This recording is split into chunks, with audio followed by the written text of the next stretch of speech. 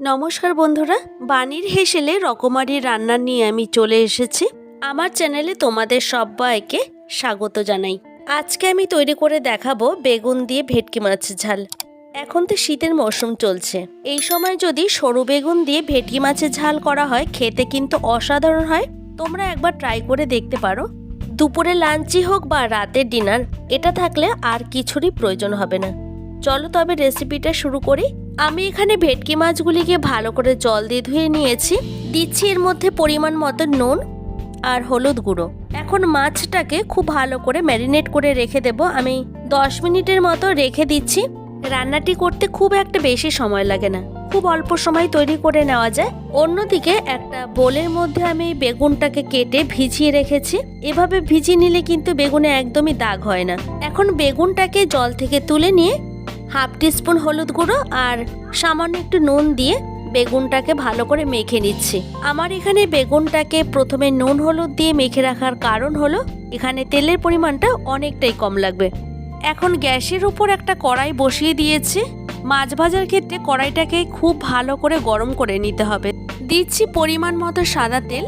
তেলটা গরম হয়ে গেলে কড়াইতে একটু স্প্রেড করে দিলাম। এবারে আমি মাছগুলিকে এক এক করে দিয়ে দেবো, তবে অবশ্যই গ্যাসের ফ্লেমটাকে হাইতে না মিডিয়ামে দিয়ে রাখছি।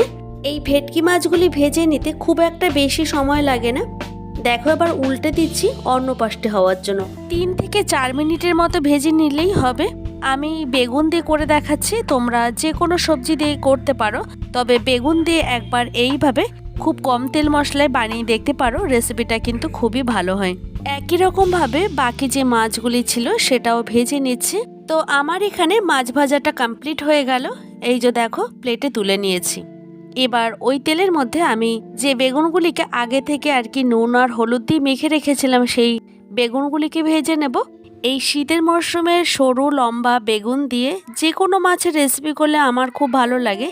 তোমাদের কার কার ভালো লাগে আমাকে অবশ্যই কমেন্টে জানিও।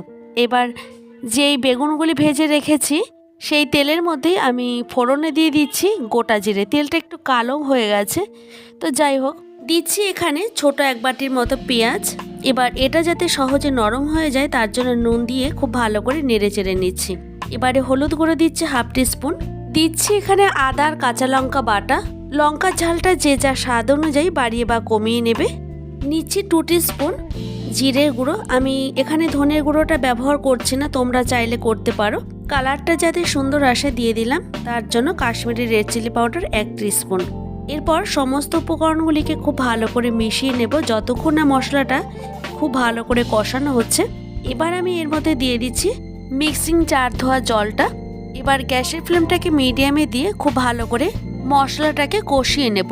দেখো এখানে তেলটা রিলিজ হতে শুরু করেছে। এই পর্যায়ে এসে একটু ভালো করে নেড়ে চেড়ে নিয়ে আমি এখানে উষ্ণ গরম জল ব্যবহার করব। ঝোলের পরিমাণটা তোমরা তোমাদের পরিবারের সদস্য অনুযায়ী নিয়ে নেবে। আমি একটু মাখো মাখো রাখবো, তাই জলটা একটু কম দিলাম। দেখো আমার এখানে ঝোলটা কিন্তু ফুটতে আরম্ভ করেছে। এবারে আমি ভেজে রাখা মাছগুলিকে দিয়ে দিচ্ছি। এখন রান্নাটি আমার প্রায় হয়ে গেছে। এবার গ্যাসের ফ্লেমটাকে খুব জোরে দিয়ে 5 মিনিটের মতো ফুটিয়ে নিলেই তৈরি হয়ে যাবে। দেখতে পাচ্ছ এখানে ঝোলটা কিন্তু অনেকটাই টেনে এসছে। এবারে আমি দিয়ে দিচ্ছি ধনেপাতা কুচি। ধনেপাতাটা পছন্দ না হলে তোমরা স্কিপও করতে পারো। একদম শেষ ফিনিশিংয়ে এসে আমি দিয়ে দিচ্ছি বেগুন ভাজাগুলি।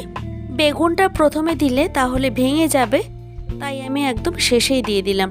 এখন আবারও ঝোলটাকে 1 থেকে 2 মিনিটের মতো ভালো করে ফুটিয়ে নিয়ে গ্যাসের ফ্লেমটাকে অফ করে দিচ্ছি।